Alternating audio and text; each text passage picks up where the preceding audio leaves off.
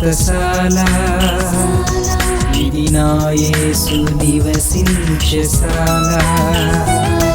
నా పేరు జ్యోతి. ఒకరోజు అమ్మకి ఫోన్ చేసిన, అమ్మ నాకన్నా వెనుకన్న వాళ్ళకి సంతానం అయిందమ్మా, నాకైతే ఇంతవరకు సంతానం కలగలేదమ్మా అని ప్రార్థించాను. అమ్మకు ఫోన్ చేసిన, అమ్మ ఒకే మాట అనింది, అమ్మ వివాహం జరగదని చింతించారు, దేవుడు వివాహం జరిపించారు, కానీ సంతానం కూడా ఇస్తాడమ్మా, ఆ నమ్మకం పెట్టుకొని ప్రార్థన చేసుకొని చెప్పింది. సెప్టెంబర్ మంత్లో నాకు పీరియడ్ రాలే. మేము చెకప్కి, అమ్మ పీరియడ్ అయితే రాలేదమ్మా అని ఫోన్ చేసిన. అమ్మ ఉండి, ఏమ్మా పీరియడ్ వస్తే అట్లా చేయాలా, సంతానం కొరకు ప్రార్థన చేయాలని అమ్మ అనింది. అమ్మ సంతానం కొరకు ప్రార్థించమని చెప్పాను. సరే అని మేము హాస్పిటల్కి చెకప్కి వెళ్ళాం.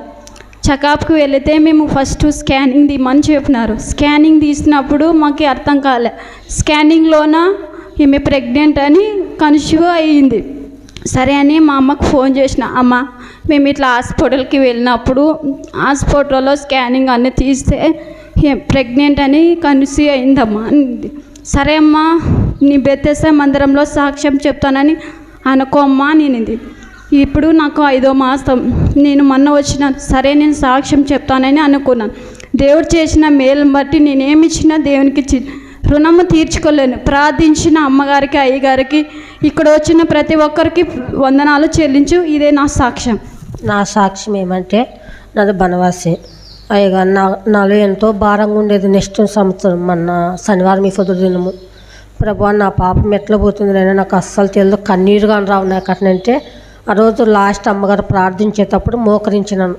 ఆ మోకరించినప్పుడు నా పై అల్లా చెమట అంతా కారి ఓడుసులు కారిపోయింది. అప్పుడు నాకు కొద్దిగా భారం తగ్గినట్టయింది. ఇదే నా సాక్షికి వందనాలు. అయ్యగారికి, అమ్మగారికి వందనాలు. మా ఊరు కవరేడి, నా పేరు మరియమ్మ. కార్యములు చేసావు నా శాల మూలంగా నా ప్రభా.